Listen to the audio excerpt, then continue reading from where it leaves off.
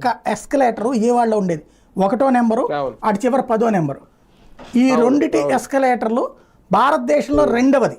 అది కూడా ఆనాడు పర్వతనేని ఉపేంద్ర పార్లమెంటు సభ్యుడిగా ఉండటం, విజయవాడ ఎంపీగా ఆయన ఒకప్పుడు రైల్వే పిఆర్ఓగా చేయడం, రైల్వే మంత్రులతో సన్నిహిత సంబంధాలు ఉండటం, దాని కారణంగా కాంగ్రెస్ పార్టీలో ఆయన గెలిచిన రాష్ట్రానికి విజయవాడకి అది తేగలిగాడు.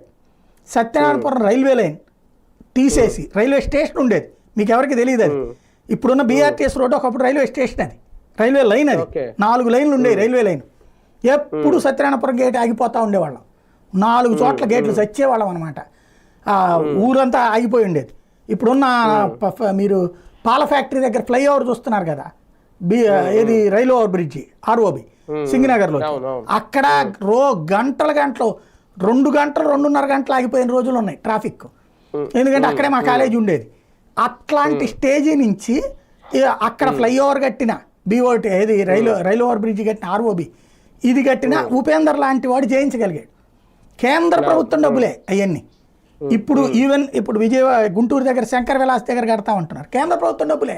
దానికైనా రైల్వే ఆర్ఓబి అంటే బేసిక్గా జరిగేవన్నీ కేంద్రానియే.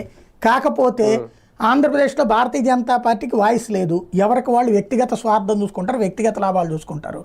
ఇంకోటి బయట నుంచి వచ్చిన వాళ్ళు సీట్లు సంపాదించుకున్నారు, వాళ్ళు పేరెంట్ పార్టీ అంటే ఏ పార్టీ నుంచి వచ్చారో ఆ పార్టీ ప్రయోజనాల కోసం పనిచేస్తారు. కాబట్టి ఈ పార్టీ ఎదుగుదలని వాళ్ళు ఊరుకోరు, అంటే సహించరు వాళ్ళే.